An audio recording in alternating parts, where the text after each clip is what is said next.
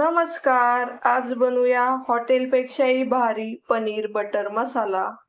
Paneer butter मसाला बनवण्यासाठी लागणारं साहित्य: पनीर घेतले, कट करून घेतलेला कांदा घेतलाय, ह्या लाल सुक्या मिरच्या घेतल्या, टोमॅटो घेतलाय, ही क्रीम घेतलेली आहे, कोथिंबीरीचे देठ घेतले, काजू घेतले, हिरवी मिरची, लसूण आणि आले घेतलेत, ही काश्मीरी लाल मिरची पावडर घेतली, कस्तुरी मेथी घेतली, जिरे पावडर घेतली, धने पावडर, हळद पावडर, मीठ घेतले, जिरी घेतली, हे काही खडे मसाले घेतले, तमालपत्र, लवंग आणि ही दालचिनी घेतलेली, आणि हे काजू टाकून घ्यायचे, आणि ही लाल सुकी मिरची टाकून घ्यायची. 5 मिनिटं ना याला उकळी काढून घ्यायची. हे थोडस ना सॉफ्ट झालं पाहिजे. 5 मिनिटं झाले. हे ना थोडस सॉफ्ट झाले. आता हे मिक्सरच्या भांड्यामध्ये काढून घ्यायचं. काजू आणि मिरची याच्यात टाकून घेतले. हे टोमॅटो पण टाकून घ्यायचे. एक कोथिंबीरीचे देठ टाकायचे, आल्याचा तुकडा टाकायचा, लसूण टाकून घ्यायचा, धने पावडर टाकायची, जिरे पावडर टाकून घ्यायची.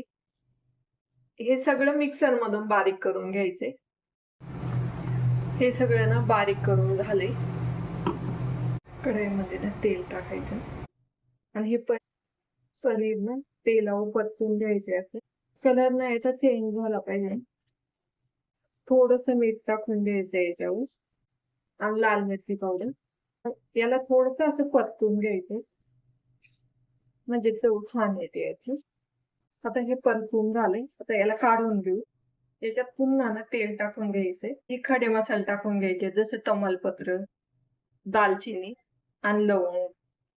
याच्यातच ही जिरी टाकून घ्यायची. हे परतून झालं का लसूण आणि मिरची टाकून घ्यायची, ती पण परतून घ्यायची. चिरून घेतलेला कांदा टाकून घ्यायचा. हा सॉफ्ट होतोवर परतून घ्यायचा. कांदा परतून झालाय. आता याच्यात काही मसाले घालून घेऊ. हळद पावडर टाकायची, काश्मीरी लाल मिरची पावडर टाकायची, मीठ टाकायचं आणि हे सगळं परतून घ्यायचंय. हा वाटून घेतलेला मसाला याच्यात टाकून घ्यायचा.